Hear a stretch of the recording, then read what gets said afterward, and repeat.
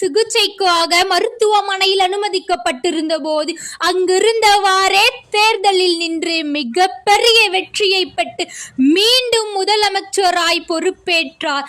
மக்கள் அவர் மீது வைத்திருந்த அன்பிற்கு இதுவே மிகப்பெரிய சாட்சி.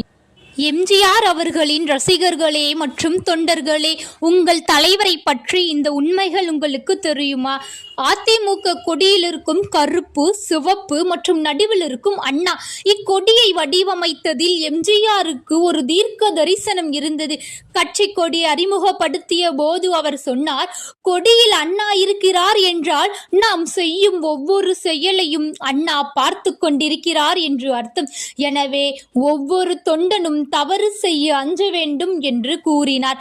எம்ஜிஆரிடம் உங்களுக்கு பின் சொத்துக்களுக்கு வாரிசு யார் என்று கேட்டபோது அவர் தன் கைகளை நீட்டி தொண்டர்களையும் சத்துணவு உண்ணும் குழந்தைகளையும் காண்பித்தார். ஒரு முதலமைச்சர் தான் வாழ்ந்த வீட்டை தானமாக தந்தது சரித்திரம். இன்றும் அவரது தோட்டத்தில் காது கேளாத மற்றும் வாய் பேச முடியாத குழந்தைகள் கல்வி கற்கிறார்கள். ஆட்சி அதிகாரத்தை கையில் எடுத்தார். ஏழைகளின் பசியை தீர்க்க துடியாய் துடித்தார். பசியால் கல்வி தடைப்படக்கூடாது என சத்துணவு தந்தார். பிள்ளைகளின் கால்களில் முள்படாமல் காலணி தந்தார். தமிழகத்தின் ஒவ்வொரு வீட்டிலும் நீங்கள்